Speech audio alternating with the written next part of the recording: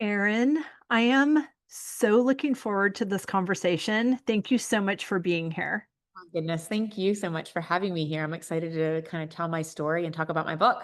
Yes, I'm excited to hear more about it. I started reading it. It was very difficult to put down, but my listeners know I own a historic bed and breakfast on a small flower farm in New England, and that just takes all day, every day, and I do about 14 other things. So I did have to put your book down, but I will pick it back up. I'm really thrilled to hear just the story of getting it all on paper, but also just that whole the woman you became in the process as well. But I would like to start first by asking, how are you saying yes to yourself in this season? Yeah, I think I'm saying yes to things that are good for me for growth. I think I'm Mm, putting myself in situations where I would normally have said, no, I'm not ready for it. And I might still not be ready for it, but I'm going to do it anyways. And I think just kind of putting myself in those situations just makes me be a better professional, a better person. Because I want to keep growing and being, a better human and be able to contribute, to whoever I'm serving and stuff like that too. So I'm saying yes to more opportunities when I would have said no before because I isn't wasn't it ready. right? And it's so funny because we tell ourselves that we're not ready, and yet we know the only way to get closer to ready is to be doing the thing. So sometimes I feel like we're waiting for confidence before we do something, but actually, I have found for me, confidence is on the other side of courage. Absolutely. Yeah. No, I think at the end of the day, we want these as women, we like want perfect situations, Pretty much. things, and just everything to align because we have so many other things besides our careers that we're juggling. And at the end of the day, there is no perfect time. Right. We just have to dive in. And you know what? If we fail forward. We're not, Hmm. it's not like a bad thing. It's like you learn from it. And it's like, oh well. It's like when I wrote the book, I was like, if nobody buys it, if nobody reads it, I know a couple of my friends and family will read it. That's good, maybe I'll help one person or something like that. You want to be able to have an impact. It's scary to kind of put yourself out there. For But sure. I think in this world, you just never know who's struggling or who you're going to have a profound impact on. And it takes one person, one nugget to change somebody's course in their direction. Right? I love that. And I love your bravery and vulnerability to do that. And what I love about you doing it in the form of a book, besides all the other ways you're doing it, just in living your life, is that it's a timeless piece of content. So someone can pick that up 25 years from now and still have the benefit of your lessons learned and wisdom shared. It's so beautiful. Thank you. I think what I did is I took a business book, the title's called Capture the Culture, but I made it very personal with my story to kind of show you how I pushed through a lot of tragedy to kind of get to the other side and thereby empower women to see, be their best self. And, at the end of the day, I am running a business and we have to keep the doors open and we have to be profitable. But, if you don't like the people you're surrounded with, it makes it just not even worth it because people don't leave businesses, they leave cultures. And so if you don't have Mm, a strong culture, forget it. okay, say more. So I will say that, you know, I kind of tell my little bit about my background. And I was a farm kid. I grew up on a 400 head Angus cattle farm in Pennsylvania. And I just love the farm life. It's just like, but at the same time, it teaches you a lot of stuff, right? There's Hmm. really not that many vacations. When you're sick, the animals still need to be fed, Hmm. right? You have to And on the weekends, absolutely. I mean, there's not really off days. I know. It's just now part of your life and your livelihood, right? And that's Yeah. how I grew up. Um, and I was away at college, and my dad and my mom were so amazing. I started as a gate lady at $1 a day. And then I would get a promotion from my dad, and he would be like, "You're a farm assistant, a kind of material now." And then it was farm manager. And if I did a good job, I could go fill my car's gas tank up, at the end of the day and stuff like that. And, it was just such a great environment to grow up in. And my dad Sure. made even the kind of mundane chores fun, where if we were, shearing out cattle and doing things like that, he'd be like, "How much do you think that one weighs?" And we would, bet on it, who's going to buy each other a breakfast sandwich, or, we would throw, do basketball, or, we had a hoop down at the barn and stuff like that. And so that kind of culture and that kind of, just basis of how to get your mind right. One of the best things that my dad ever did was, I would get up at 5 a.m. on the farm with him, and I would hear his heavy feet walking down the hallway to come wake me up. But he never said, "Get up, it's time to get to work," right? He would say, Right. "Do you want to help, Dad?" Mm, And, I'm tired. I'm a teenager. My friends are sleeping in until 10 or 11, right? right. And I would always jump out of bed. We'd go down to the cold barn and it was dark, and he'd flip on the radio and it would be the oldies station. And he'd hold out his hand and we would do the jitterbug in the hall Oh my of the barn. gosh. And what I learned, I didn't know it at the time. I don't even know if he knew it at the time. But what he was doing was he was like changing the energy up, right? Like, we're tired. It's cold. We got to get going. Well, after you do the jitterbug and you're laughing and you're dancing around, you've got energy, you're ready to go. And it Right. is everything. And so for me, I've learned that I need to change things up. I need to change the culture. I need to check in with my culture as I'm growing a business and things like that. And so what ended up happening was when I was in college, I got the most devastating news anybody can ever, have as a young kid. And my parents were involved in, a very tragic car accident. My dad was killed instantly. My mom became a quadriplegic and died a year later. I'm so sorry. I was the senior. I was a senior in college. My sister was a junior. She played college basketball. They were coming back from my sister's college basketball game from Mm, supporting their children. And it was awful. Like, there were moments where I was I was on my knees, just, for sure. yeah, because not only did I lose my parents, now I have their business to run. I'm trying to graduate college and I'm trying to help my sister, Yeah. who's grappling with her own sense of guilt and things like that. And what I learned is that we all have stuff, some much more greater and horrific than others. And I never ever said what worse can happen, because it can always get worse, For right? sure. Like, you never say that. Um, Right. But what I did do is, even though I was 21 when this happened, is that I did say to myself, "Oh my gosh, I'm so thankful for my parents, because they made me be a strong, independent woman, right? Hmm. Who can think on their own and stand on my own 2 feet and do the things that need to be done, even if it's a difficult day. Better days are ahead, right?" For sure. And so I took that they like gave me, and I went into the corporate world. And as a young 20-year-old, I was making strides in advertising and marketing. And I really thought I was kind of like living the dream. And one day my boss, who was a 50-year-old male, came into my office and he said, "I need you to copy this competitor's commercial, frame by frame, shot by shot." And I'm like, I write the commercials. I can do something better. Right. No, they're copying our product. We're going to copy their commercials frame by frame. I was like, "No, we're not going to do that." And he's like, "No, you are going to do that. And you're going to get your holiday bonus early."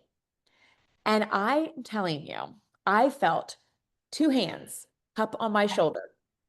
And I know without a shadow of a doubt that that was my parents. Love it. And I said, "No, I'm not going to do that. You're going to have my resignation by the end of the day on your desk." And I walked down the hall and he yelled to me, "What are you going to do?" And I turned around and I don't know what came over me, but I said, "I'm going to go into real estate." And so I went headfirst into real estate. 6 years later, working really, really hard, I'm at Costco of all places. And I run into him and he says, Oh, "I see your signs everywhere. Like, you know, you're doing well. I feel like I'm responsible." Well, A kind little bit of of. a narcissist, right? Right. You're the catalyst. And so I just remember my mom said to me one time, she's like, even when somebody says something so stupid, sometimes you just smile and just walk away, right? Just it's better like, and so I just smiled and I said, you absolutely were responsible. Great seeing you. And I just kept going. Right. Because you cannot argue with that and Yeah, whatever. exactly, Like exactly. everyone gets to believe what they're going to believe, regardless of if you're right or they're right. So, yeah, don't waste your energy. Yeah, I ended up moving from Pennsylvania to Tennessee, and that's where I ended up going into real estate. And, I became like the top agent here in the state and, ranked nationally. And it Amazing. Congratulations. well, thank you. That was a long time ago. But then It doesn't matter. what I noticed is that I got all this business because I was doing good work. My farm girl skills were working and I was working so hard for my clients, but I couldn't keep up with the demand. Right. Right. I was literally killing myself working to try to serve people because I'm a doer. Mm-hmm. And And I realized, it's an interesting industry. My cousin is a highly ranked realtor as well. We're in Massachusetts, and I was a wedding planner for 30 years. oh, And wow, so we have found so many similarities in our careers because people are making major decisions when they're mhm, thinking about their house or thinking about their wedding. They're thinking about it and they want you to be available, and and emotional. right, Yep. and they say on the front side, well, of course I don't expect you to answer my emails at 1 in the morning, but they totally expect you to answer their emails at 1 in the morning.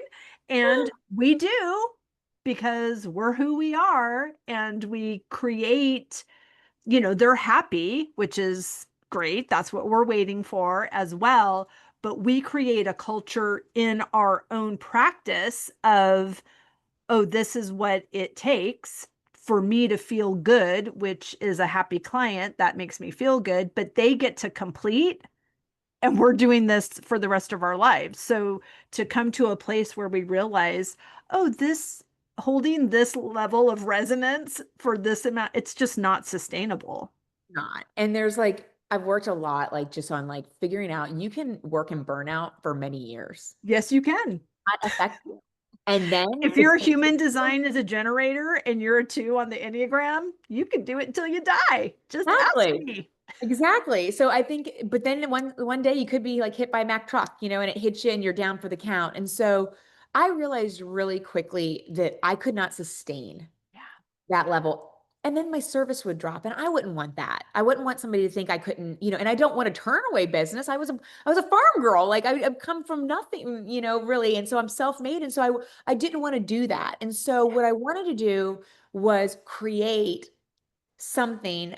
I didn't know what it was. And back then, this is like 12, 13 years ago, there weren't a lot of real estate teams at the time. And I Mm, needed to create something that was bigger than myself, where I could facilitate all of these referrals that I was getting, this business that I was building, but really like the people. Because I remember on the flip side of working in corporate, I went on vacation, and as I walked back into the office that Monday that I was back, the knots in my neck started to creep back in. sure. Like, this is not right. Like, this is not healthy. You should really enjoy what you do. Hmm. And enjoying what you do, when you pair that with people that you like, that you work with and for and respect, that makes it all the better, because not everybody is driven by money. Right. It's not their why. And so I realized I needed to know the people that I was hiring, like I needed to know what their why was. What's their love language? Like, do they love praise? Is money their driver? Is it just time off? Is it just appreciation and just, what is it? Is it dropping a purse or a bauble or something to say you've done a good job? Like, what is it? And to really find out, and to have a good group where they work so hard for you and themselves, that their results are 10x. Teams of our size, we have results that are 10x. And so it's because we truly care for one another. we respect each other, and we're all women. We're ages 23 all the way to 62 on my team. And it's just pure magic. But it didn't Right. start like that because I made a ton of mistakes because I said, you have a pulse, you're hired. Exactly. I didn't know what I was doing. I was in the survival mode. And Hmm. so through kind of, a lot of mistakes, I started to get some processes in place and to really kind of weed out and figure out who is going to be a good culture fit. And that's what I Mhm. hire on. It's like, are you going to be a good culture fit? Because I can teach anybody real estate. Sure. But are you going to be in our culture? Like, are you going to fit well into our culture?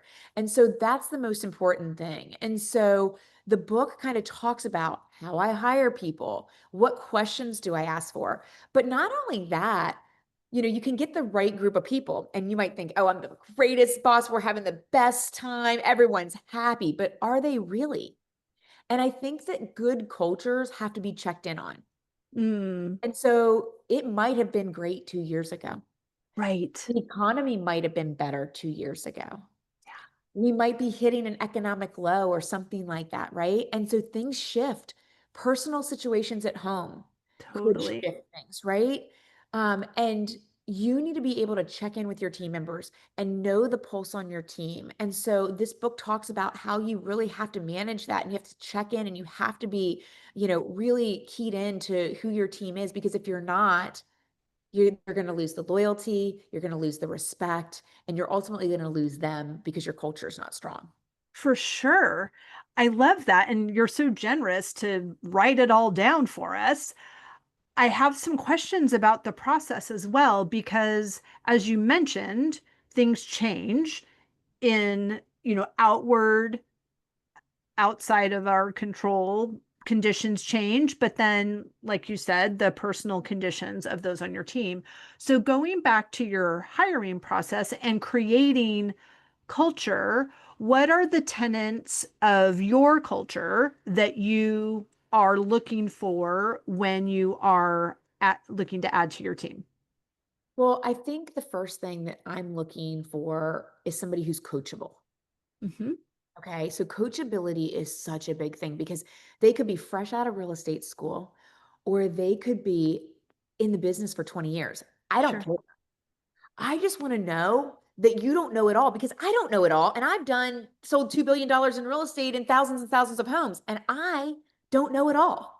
I know a Right. lot, but I don't know it all. And when somebody knows it all, it's like, I can't deal with you. Right. Right. So I want people to be open. Like, I read so many books just about being a manager because I want to be a better manager for my people. Yeah. So it's like, it's that kind of thing. Like, I want people that are committed to being better tomorrow than they are today. So that's Right. like number one. You got to be coachable. Okay. You've got to be a good person.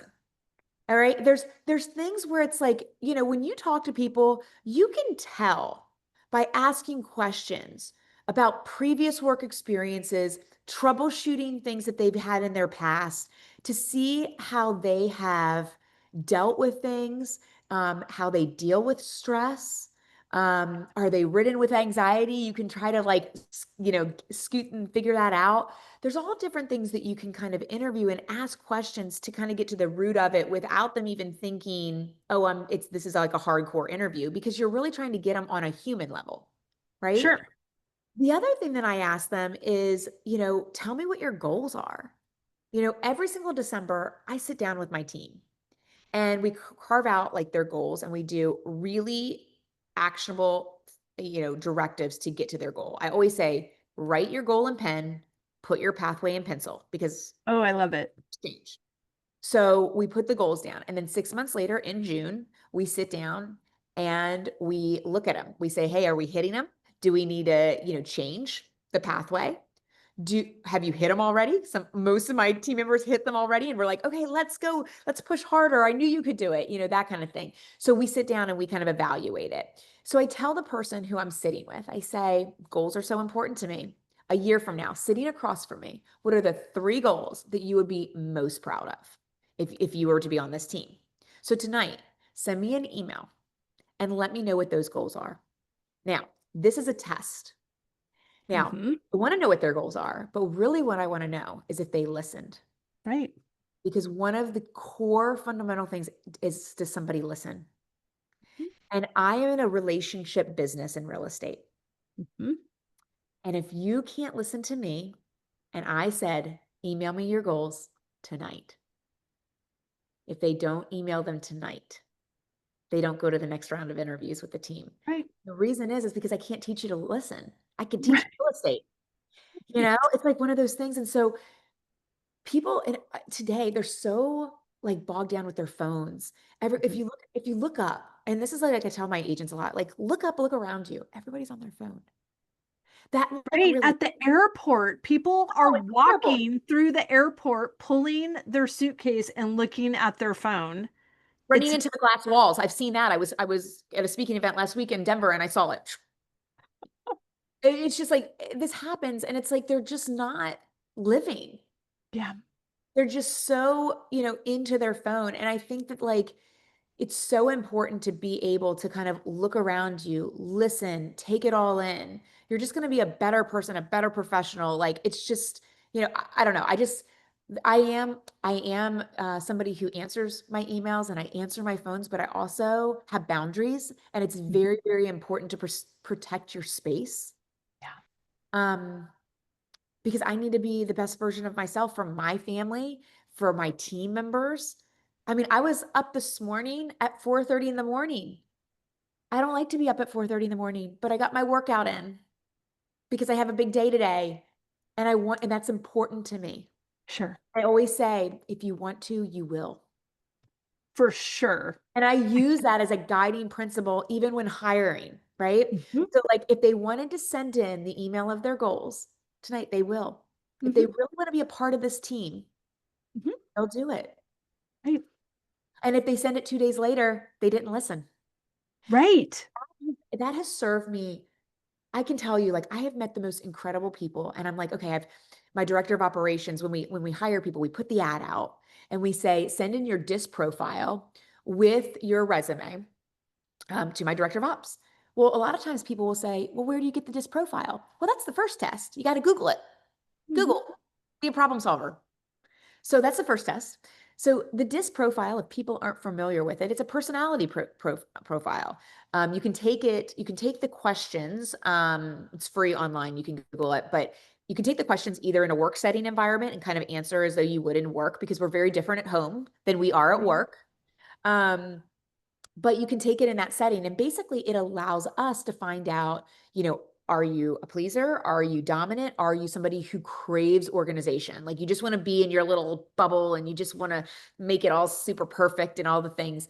Like, but I need to know what position I'm hiring, if it's an admin staff or if it's an Right. agent, where they flourish, right? So that's the first thing that we do. So we look at that, and then Sarah interviews them. She'll maybe interview 7 or 9 people, and then she'll take the top 3 or 4 people and she'll send them my way. And then I do my test, which I described.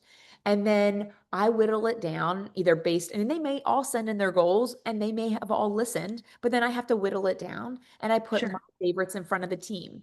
And so my team is about 12 people, and we have about 9 licensed agents.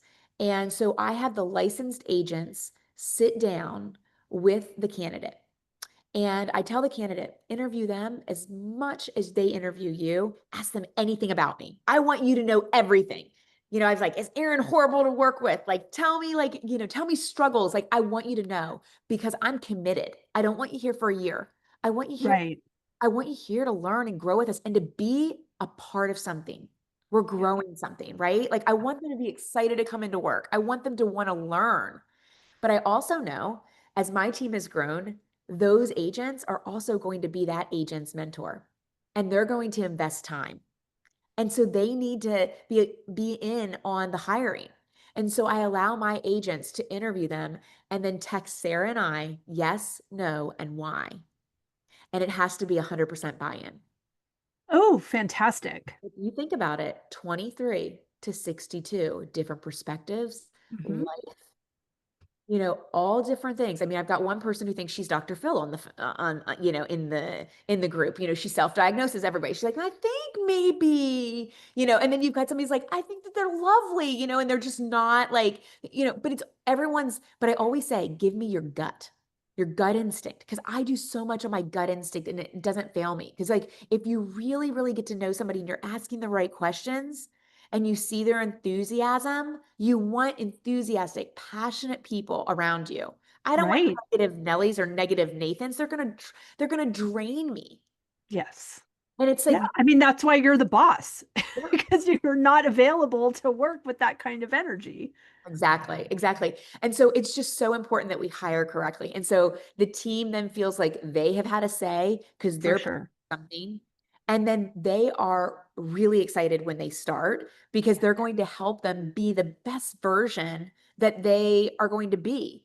And they're going to be their mentor as well. And so it's just a really good process that we have used for years now.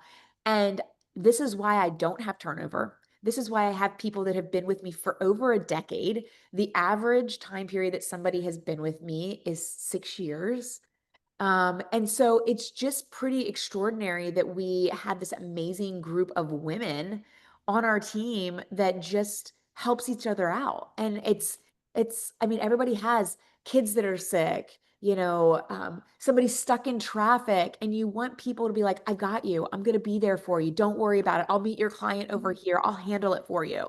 Like, that is the essence of a team. Right. Oh, I love it so much. And I also love I'm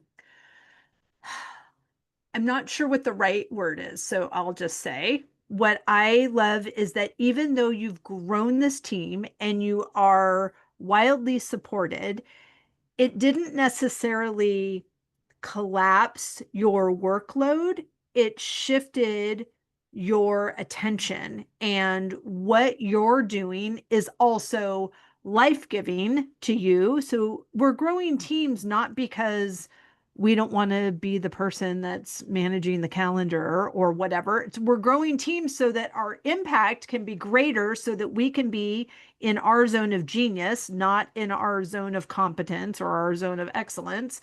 We want to be doing the things that only we can do. And Absolutely. that's how bringing team together allows you to do that, and also models for everybody. They get to be the best version of themselves as well. And if they need more support to do that well, the entire team benefits from those areas, because you have blind spots also because you're a human.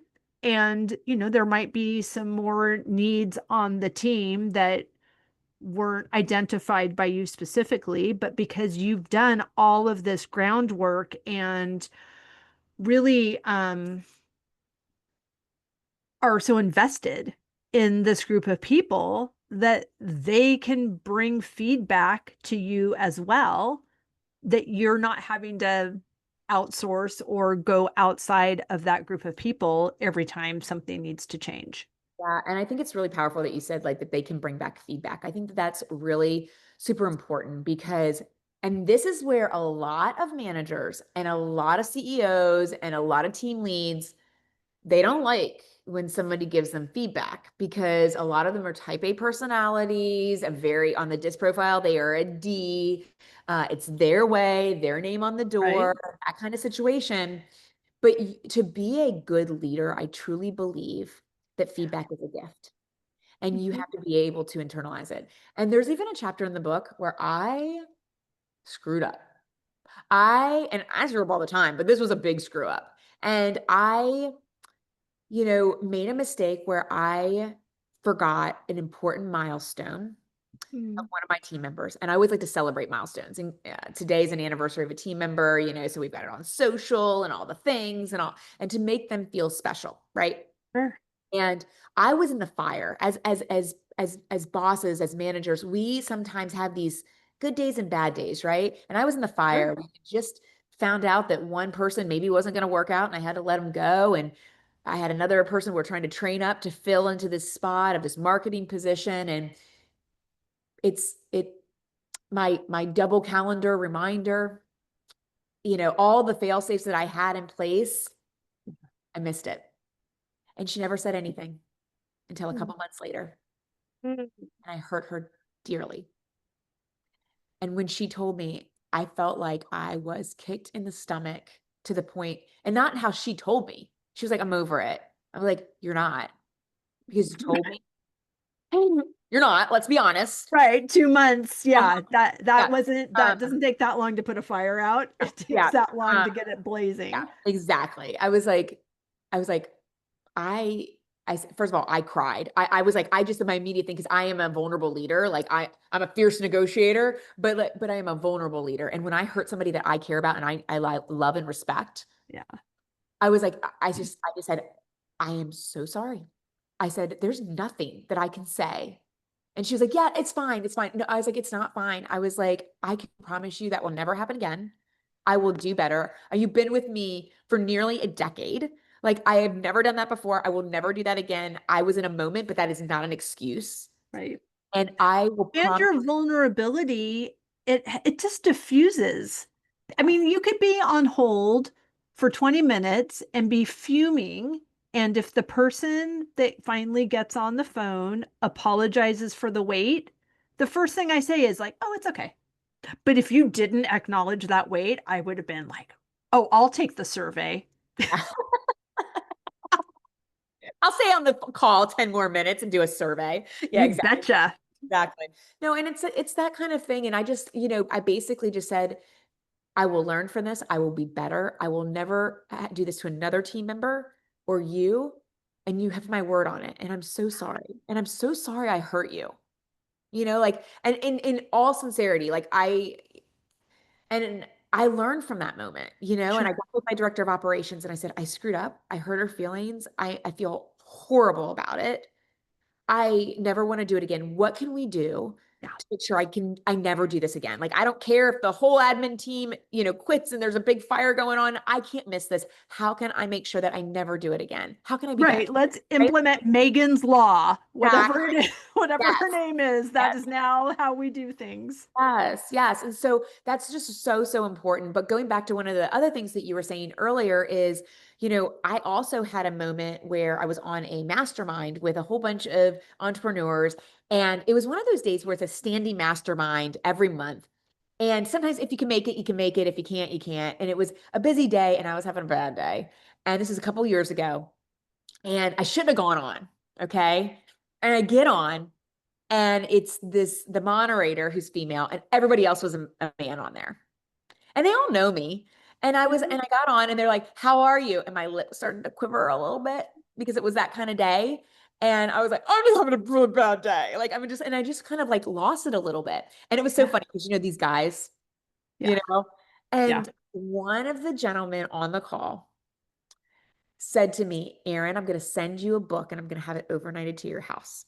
And the Hmm. book had a profound impact on me. And it was written by Dan Sullivan. It's called Who, Not How. I love that book. I It's know. the Okay. best book. Oh my gosh, the one portion that said anything that you're procrastinating is the universe telling you that you should delegate that. Like, done, check. Thank Yep. you. And that was the secret sauce that like Mm, changed so much for me.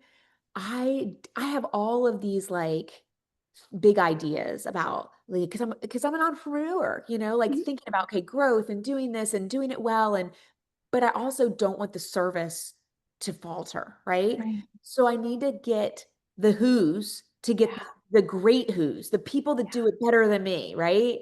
Yeah. To get the how done, to get the big idea done. And that was just such a powerful moment. But if I didn't decide to get on that mastermind and didn't decide to be vulnerable at that moment, I would have never. Right. Yeah. And I will tell you, I saw that gentleman in Denver not too long ago at a conference. And I told him, I said, that had a profound impact on me when you sent me the book. So much so I didn't know it, but this is the way that life is. Fast forward many years later, I am speaking at CoachCon, which Dan Sullivan is his coaching program for entrepreneurs. And I'm not a client there, but I was asked to speak. And I got off the stage and there was this big line of people that wanted to talk to me. And some of the CoachCon people came up to me, including Dan Sullivan, and basically said, listen, I want to introduce you to my publisher. Like, you've got a story to tell. And Yay. crazy is that? Like years later, kind of comes back full circle. The book that I read that was so powerful has now led to a book that I have written that hopefully will have an impact on other people as well. And so it's just super, super special. And that's how beautiful the world works too. Yes. If you put yourself out there and you say yes to opportunities that scare you to death. Yes, it's so true. I love this so much. And I love just the opportunity to retell stories like that. Yeah. Of course, they have an impact on the listener, but they have an impact on you because they remind you of what you already know. Like we know too much about God to think that this is not going to work. Like we are called to do this. We have impact. We are in contribution.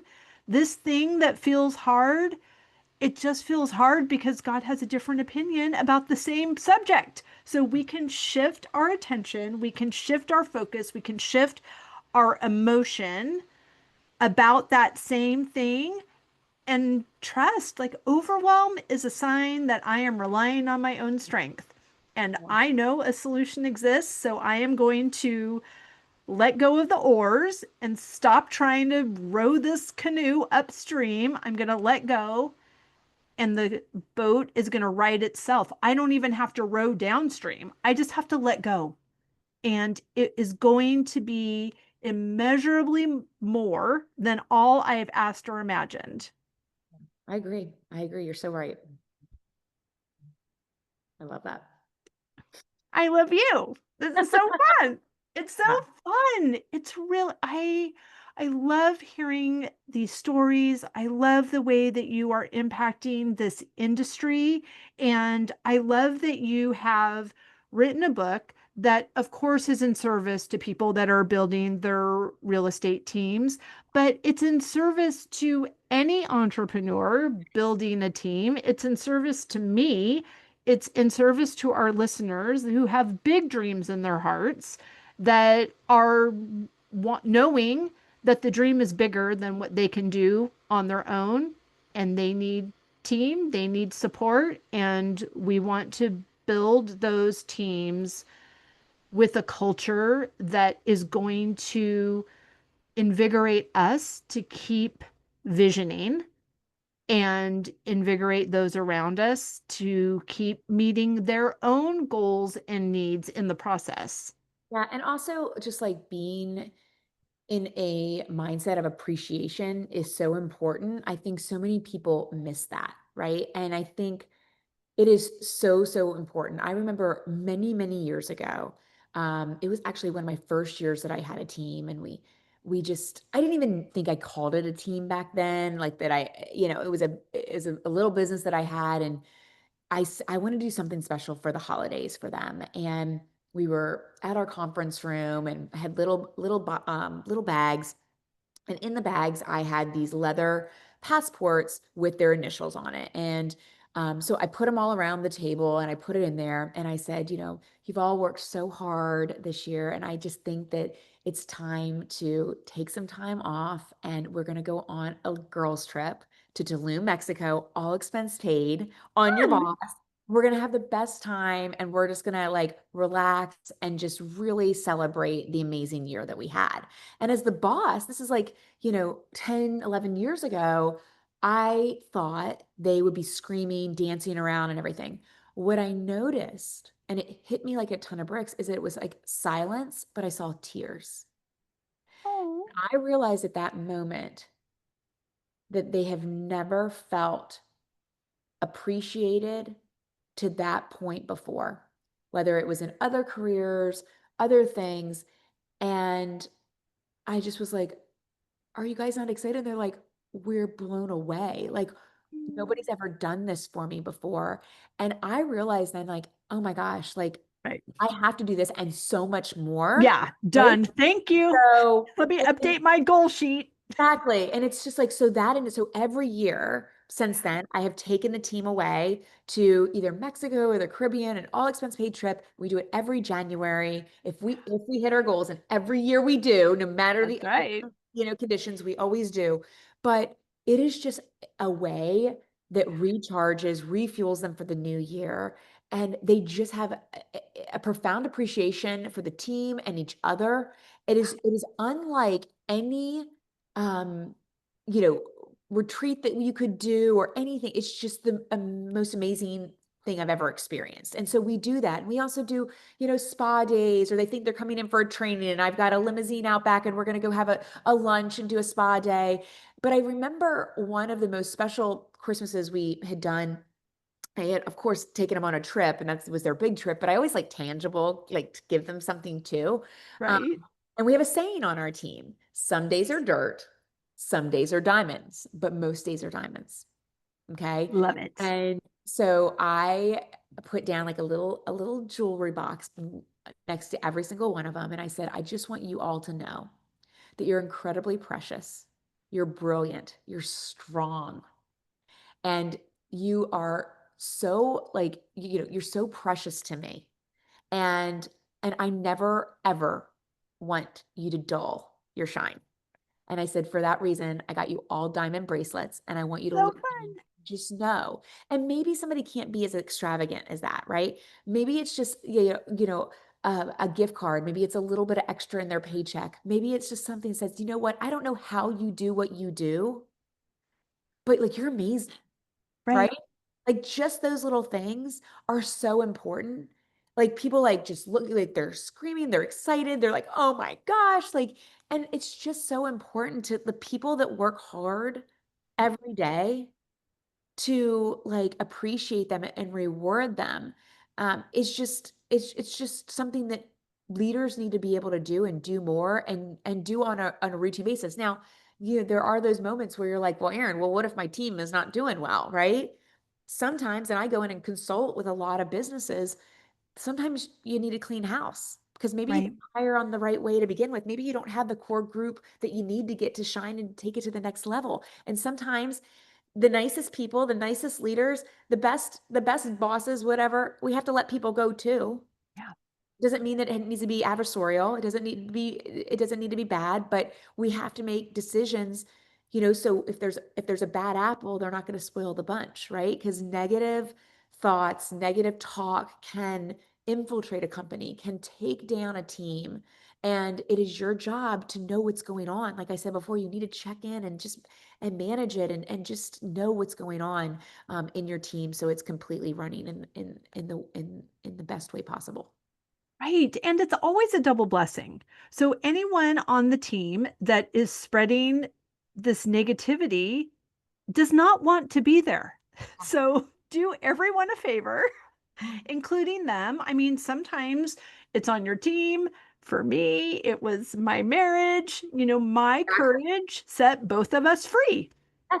Like, Yes. you're And not happy.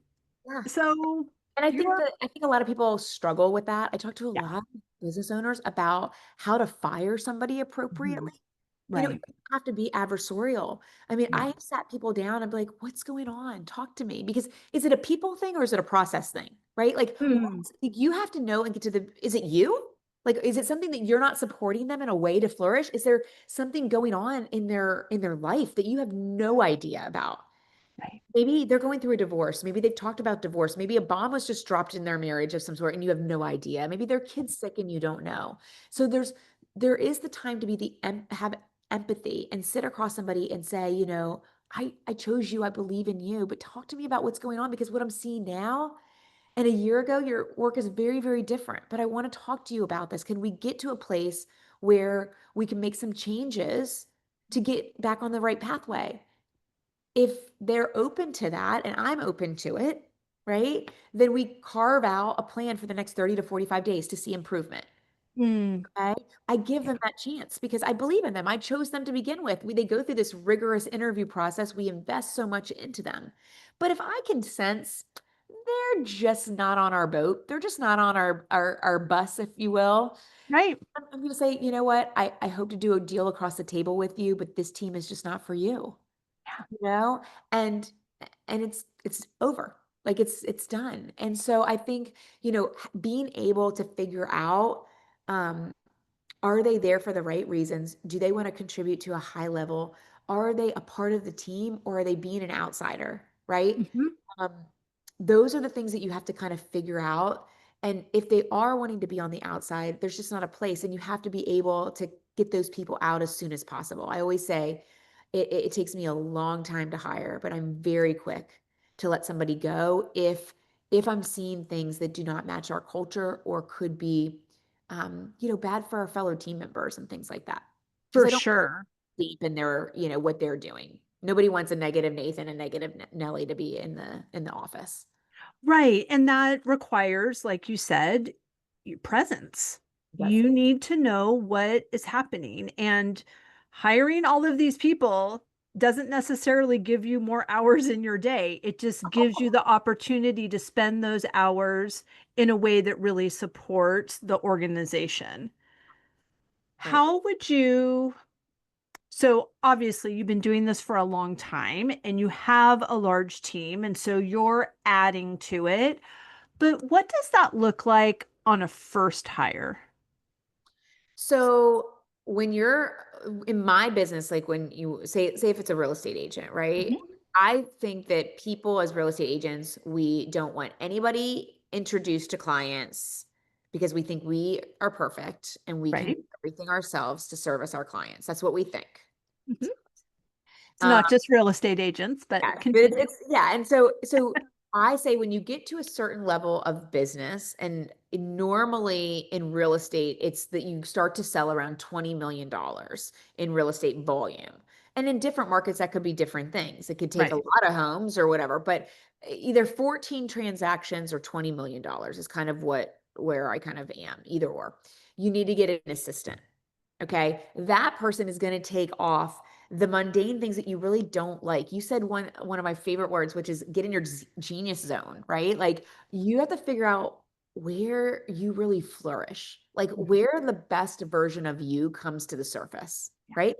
There are team leaders who are not in production, right? They're not out selling homes. They are the CEO. They are looking at the team, looking at their P&L. They are running it like a CEO. I love production. I love people. And I don't care if it's a $30 million listing or a $300,000 listing. I'll sell anything and have a lot of fun doing it because I Yes. love people. Because to that person, it's their most incredible asset, right? Right. Very serious. I take it very serious. And so I think that you need to pair yourself with an assistant first because take the paperwork out of the equation, take the office stuff out of the equation, do what you do best. Because Right. when you do what you do best, you're going to be a magnet to business. More stuff is coming your way. And then you start to hire the other people, the who's to get the how done, right? And Right. along the way, I always say set up systems and processes. And some people are like, I'm too busy. How can I set up systems and processes? The number one thing for any entrepreneur to do is to take out their phone on their voice app. And as you're doing the process, speak it out loud and say what you're doing. Okay, when I get a new client, this is what I do. I put them in my system and I do this and I log this. Or if I'm showing a property, this is how I show a property. I don't drive in first. I let them drive in first. I park on the road. I want them to drive into the driveway. Certain things, details matter. And so you put this down and then you send it to your assistant. And your assistant puts it into a checklist. You look at that checklist, you modify that checklist. And I have checklists that I started with 10, 12 years ago. I've been doing real estate for 20 years. But when I started a team about 12 years ago, that checklist has been modified. I think we modified it yesterday. We are constantly wanting to be better, right? Sure. The client may never know that there was a mistake in the background, but we know that we could have been a little bit better over here, right? And so we're always tweaking it and trying to be better and stuff like that. And so that's how you grow. That's how you be better. And that's how you can handle a lot of clients because it's the who's that you're going to hire, but it's the process that you've already put forth. So they don't Right. need to see Erin and deal with Erin all the time because they have all these amazing agents that has Erin's systems that have been worked for 20 years, right? And so Yeah. that's when you can start to grow your business at a really, incredible rate and have really great results because people are following the checklist that gives them the results and the service that they deserve.